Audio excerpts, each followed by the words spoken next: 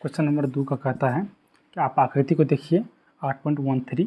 इस आकृति को देख करके क्वेश्चन क्या निकालना है, tan p minus cot r का मान ज्ञात करना। आप देखिए tan p और कोट r का मान ज्ञात करने के लिए एक आकृति आपको दिया हुआ है, इस तरीके की आकृति दिया हुआ है। इसको p q और r मानिए। एक बार देखिए p और r की बात कर रहा है, ये q को 90 डिग्री का है और इसमें आकृति में ये दिया हुआ ये 12 और ये दिया हुआ आपको 13। तो आपको ये वाला भुजा निकालना है। ये भुजा निकालने के लिए QR निकालने के लिए आपको QR के स्क्वायर बराबर फार्मूला होता है PR के स्क्वायर माइनस में PQ के स्क्वायर होता है। आप देखिए PR का मान कितना दिया हुआ है, PR का मान दिया हुआ है 13 का स्क्वायर कर दीजिए माइनस में PQ का स्क्वायर, तो PQ के दिया हुआ 12, इन दोनों का स्क्वायर कर दीजिए, बराबर में हो जाएगा QR का स्क्वायर। ठीक है, इसमें 13 69 से 1 छोड़ 9 होता है, 144 होता है इसका।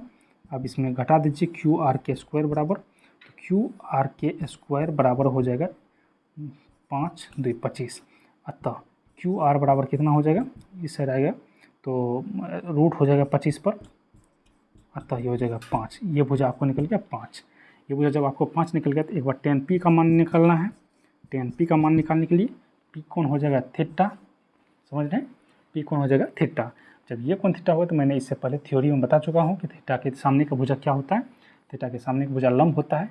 अतः लंब हो जाएगा इसमें, क्योंकि ये tan थीटा का फार्मूला होता है लंब बटे आधार होता है, लंब बटे आधार होता है। अब आप देख सकते हैं लंब अगर हम इसको मानते हैं तो ये हो जाएगा 5। अब आधार तो ये वाला हो जाएगा 12 हो जाएगा, 5/12। लेकिन सेकंड बार में कहता है कोट r का मान ज्ञात करने के लिए। आप एक बात बताइए, यहाँ पर r का मान कह दिया है तो इस बार थीटा बदल जाएगा, ये r हो जाएगा थीटा आपका, ये r हो जाएगा थीटा। जब ये थीटा हो गया तो ये हो गया लंब। अतः इसका होता कोट थीटा का फार्मूला होता है आधार बटे लंब होता है, आधार बटे लंब होता है। अतः आधार ये लंब हो गया तो ये हो गया आधार, यानी कि 5 बटे इसका हो जाएगा 12। लेकिन जब हम इस फार्मूला पर बैठाते हैं तो ये हो जाएगा 5/12 माइनस 5/12, क्योंकि यहाँ पर tan p में से कोट r को घटाया गया है। तो tan p का जो मान है उसमें से कोट r के मान को घटा देंगे, बराबर में आ जाएगा 0, यानी कि इस क्वेश्चन का आंसर आएगा आपको 0। जल्दी से इसका एक स्क्रीनशॉट ले लीजिए और फिर हम आगे बढ़ते हैं। देखिए 3 नंबर का क्वेश्चन क्या कर रहा है। 3 नंबर का क्वेश्चन कह रहा है कि यदि आपको sin a का मान 3/4 दिया हुआ है तो cos a और tan a का मान ज्ञात कीजिए। इस बात को देखना है कि मेरे पास किसका मान दिया हुआ है, sin a का मान दिया हुआ है। अब जो हमारे पास sin का फार्मूला होता है, तो जिसका मान दिया हुआ है उसी का फार्मूला लगाना है। इस चीज़ को हमेशा ध्यान में रखिएगा। sin थीटा का क्या फार्मूला होता है, sin a का फार्मूला क्या होता है, लंब बटे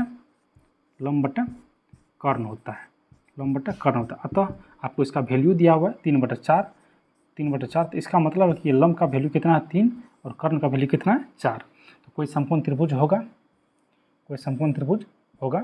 जिसमें कि लंब अगर आप a मानते हैं तो मानते हैं कि ये भुजा a है, ये b है और c है। अगर इसको हम थीटा मानते हैं तो ये सामने की भुजा लंब हो जाएगा। तो लंब कितना दिया हुआ 3 और कर्ण कितना दिया हुआ 4। तो मेरे पास तो b a भुजा नहीं है, तो बी ए से फार्मूला निकालेंगे, यानी ए बी का स्क्वायर कर देंगे तो ए सी का स्क्वायर माइनस में बी सी का स्क्वायर हो जाएगा।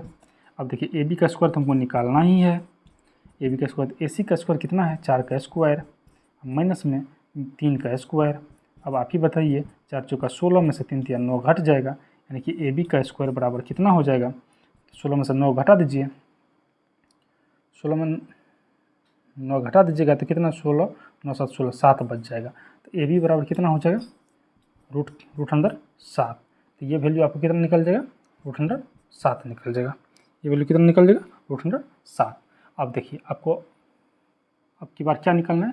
अब देखिए आप बढ़िया से देख सकते हैं यहाँ पर कि आपके पास अगर इसको थीटा माने तो लंब बराबर भी आपको कितना निकल गया, लंब बराबर 3 निकल गया, आधार बराबर आपको रूट अंडर 7 निकल गया और कर्ण आपके पास है दिया हुआ ऑलरेडी पहले से 4। इसको सॉल्व कीजिए जल्दी से।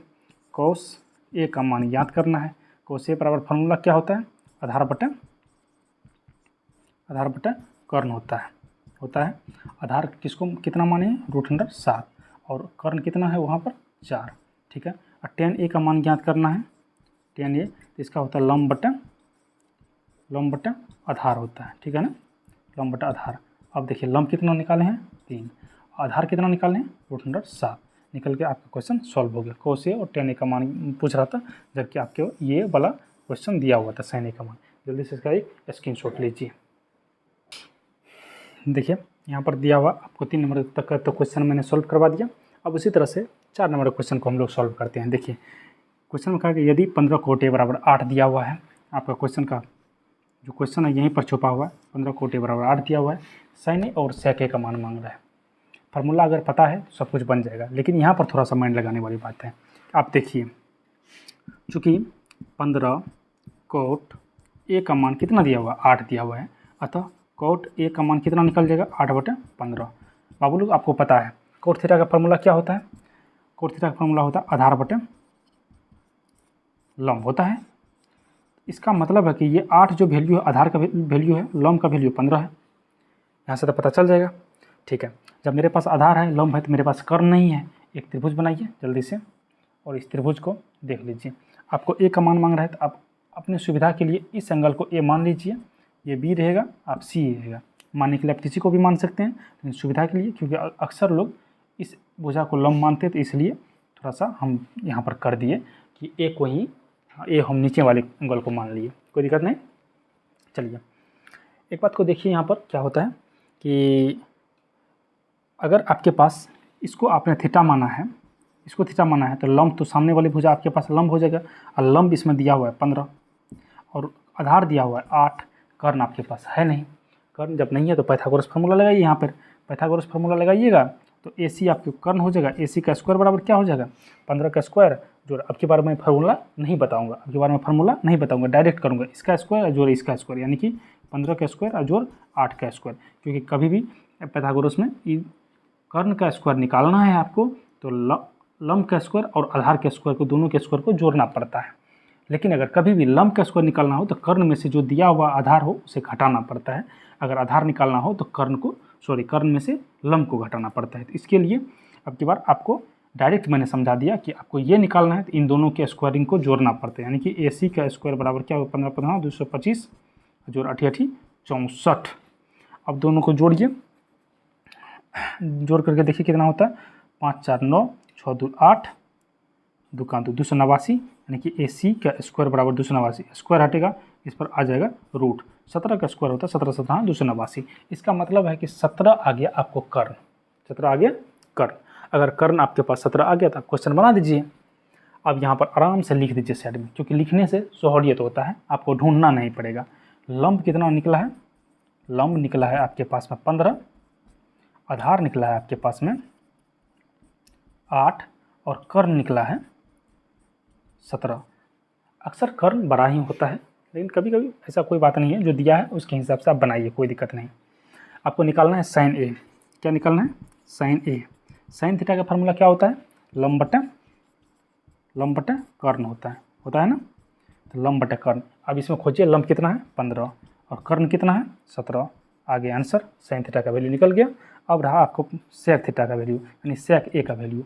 sec A का क्या फार्मूला होता है, sec होता है कोस का उल्टा, sec किसका उल्टा होता है कोस का उल्टा, कोस होता है आधार बटा कर्ण, तो sec हो जाएगा कर्ण बटा आधार होगा ना। चलिए अगर इतना हो गया, अब ढूंढिए कि कर्ण कहाँ है। कर्ण यहाँ पर 17 दिया हुआ है और आधार कितना दिया हुआ है, आधार यहाँ पर 8 दिया हुआ है, अतः sec थीटा का फार्मूला हो जाएगा 17/8। और आपको यही मांग रहा था, जब इतना वैल्यू दिया हुआ तो sin A और sec A का वैल्यू निकालें। आपने sin A का वैल्यू निकाल दिया, sec A का वैल्यू निकाल दिया। sin A बराबर 15/17 और इसके बराबर 17/8। चलिए इसका एक तो जल्दी से इसका एक तो स्क्रीनशॉट लीजिए और आगे बढ़ते हैं। मैंने इससे पिछले वाले वीडियो में 4 तक का सारा मैंने करवा दिया, 4 तक का क्वेश्चन। अभी 5वां क्वेश्चन में स्टार्ट करूँगा, ठीक है। 5वां क्वेश्चन के लिए यहाँ पर कहा गया है इसमें कि sec थीटा का वैल्यू दिया हुआ 13/12। कितना दिया गया 13/12। तो अन्य सभी त्रिकोणमितीय अनुपात का मान ज्ञात करना है। 5वां में कह दिया, देखिए है कुछ नहीं, है इजी। 4 नंबर का जो क्वेश्चन बताए हैं सेम उसी बेसिस पर है, लेकिन यहाँ पर थोड़ा सा बढ़ा दिया कि सभी त्रिकोणमितीय अनुपात का मान ज्ञात करना है। तो कोई बात नहीं, थोड़ा सा लेन दीजिएगा और कुछ नहीं। आप एक चीज़ देख सकते हैं कि sec थीटा बराबर, चलिए जो चीज़ दिया हुआ उसी का फार्मूला लगाना है। मैंने पहले भी कहा है, अगर आप इसको सोल्यूशन करते हैं, सोल्यूशन में जाता है तो sec थीटा बराबर आपको फार्मूला होता है सेक होता है कोस का उल्टा, अतः कोस होता है कर्ण, आधार बटा कर्ण, तो ये हो जाएगा कर्ण बटे आधार होगा। ठीक है, अगर कर्ण का इसमें ऑलरेडी सेक थीटा बराबर कितना जो है 13/12, तो बाबू लोग आप देखिए कर्ण का मान 13 और आधार का मान 12 हो जाएगा। अगर कर्ण का मान 13 आधार का मान 12 हो गया तो एक ठो त्रिभुज लीजिए। इस त्रिभुज में ए बी और सी कीजिए, किसी एंगल को थीटा मानिए। थीटा मानने के बाद ये लंब हो जाएगा आपके पास, ये लंब हो जाएगा, ये आधार हो जाएगा। तो आधार आपके पास हो गया 12, कर्ण हो गया आपके पास 13। आपको निकालना है ए बी निकालना है, तो ए बी बराबर, ए बी अगर निकालना है तो ए बी का स्क्वायर, अगर ए बी का स्क्वायर करते हैं तो हो जाएगा 13 का स्क्वायर माइनस 12 का स्क्वायर। अगर यहाँ पर नहीं समझे तो एक बार समझ लीजिए। आपको जब छोटा वाला भुजा निकालना रहता है तो बड़ा भुजा का स्क्वायर में से एक तो जो छोटा भुजा दिया हुआ है उसका स्क्वायर को घटाना पड़ता है। अगर आपको बड़ा निकालना रहता है तो दोनों तो जो भी छोटा छोटा भुजा है दो त्रिभुज का, उस दोनों भुजा को स्क्वायर करके जोड़ना पड़ता है। लेकिन अगर आपको कोई एक तो छोटा निकालना रहता है तो बड़ा वाला का स्क्वायर में से, यानी कि 13 के स्क्वायर में से इस 12 के स्क्वायर को घटाएंगे। 13 13 69 से 109 माइनस 144, आप घटाइएगा तो कितना आ जाएगा 25 आ जाएगा। यानी कि ए बी अगर स्क्वायर हटेगा तो क्या आ जाएगा रूट, यानी कि हो जाएगा 5। आपको पता चल रहा है इसका वैल्यू कितना आ जाएगा 5 आ जाएगा। इसका वैल्यू कितना आ गया 5। अब आपको उसी हिसाब से सब का मान ज्ञात करना है। तो बाबू यहाँ पर 3 चीज़ आप सबसे पहले लिख लीजिए। लिखने से ये होता है कि आप उसको ढूंढना नहीं पड़ेगा। तो आप देखिए अगर थीटा इसको माने तो लंब तो यही होगा, तो लंब बराबर कितना हो जाएगा, लंब बराबर 5 हो जाएगा। और आधार बराबर कितना हो जाएगा, आधार बराबर 12 हो जाएगा। और कर्ण बराबर कितना हो जाएगा, कर्ण बराबर 13 हो जाएगा। क्या ये तीनों चीज़ को आप लिख लेंगे इसको इस तरह से। अब आप 6 निष्पत्तियाँ का मान ज्ञात कीजिए। सबसे पहले देखिए सेक का तो वैल्यू दिया हुआ है, चलिए बहुत अच्छी बात है कि सेक का वैल्यू दिया हुआ है। हमको सिर्फ निकालना है साइन थीटा का मान ज्ञात करना है। साइन थीटा बराबर लंब बटे कर्ण होता है, और लंब मेरे पास 5 है। ये कितना होता है, लंब बटे कर्ण होता है। और लंब मेरे पास 5 दिया हुआ है और कर्ण मेरे पास कितना दिया हुआ है, कर्ण वहीं पर देख लेते हैं 13 दिया हुआ है। चलिए उसके बाद कोस थीटा का वैल्यू निकालना है। तो बाबू कोस थीटा का वैल्यू कुछ नहीं, सेक थीटा का उल्टा कोस थीटा होता है। सेक थीटा 13/12 है, तो ये हो जाएगा आपको 12/13। बाकी इसको फार्मूला पर भी जाइएगा तो फार्मूला पर भी हो जाएगा। कोस थीटा बराबर क्या होता है, आधार बटे कर्ण होता है, आधार बटे कर्ण होता है ना। आधार आपको दिया हुआ है 12 और कर्ण दिया हुआ है 13। क्या ये 13/12 है तो क्या ये 12/13 आ गया। अब आता है टेन थीटा। टेन थीटा बराबर होता है लंब बटे, लंब देकर 0 देते हैं, लंब बटे आधार होता है। और लंब का मान दिया हुआ वहाँ पर 5 और आधार का मान कितना दिया हुआ वहीं से चेक कीजिए, आधार का मान 12 दिया हुआ है। अगर ये 3 को निकल गया नीचे आपको दिखाई नहीं देगा, इसके लिए 3 को हम आगे बना देते हैं। साइन कोस टेन, सेक का तो वैल्यू दिया हुआ ही है, इसको बनाने का कोई ज़रूरत नहीं है। सेक का वैल्यू 13/12 दिया हुआ है। अब वो है सेक, अच्छा 10 के बाद कोट होना चाहिए था, खैर कोई नहीं, सेक हो गया। कोसेक लिख दीजिए। कोसेक थीटा का मान साइन का उल्टा होता है, साइन का मान निकला 5/13 तो इसका निकलेगा 13/5। और कोट का मान होता है 10 का उल्टा होता है, 10 का मान निकला हुआ 5/12 तो इसका निकलेगा 12/5। बस हो गया, ये आपका सॉल्व हो गया। 6 निष्पत्तियों का मान आप निकाल दिए। इसी तरह से बाकी इसका फॉर्मूला बैठा कर भी निकाल सकते हैं, नहीं तो अगर आपको पहले ही कॉन्सेप्ट मैंने बता दिया है कि एक ठो जो साइन होता है उसी का उल्टा कोसेक होता है, जो कोट होता है उसका उल्टा जो कोस होता है उसका उल्टा सेक होता है, जो टेन होता है उसका उल्टा कोट होता है। कोई दिक्कत नहीं, इस पर इसको मान को बना दीजिए। एक स्क्रीनशॉट लीजिए जल्दी से और बनाइए इसको।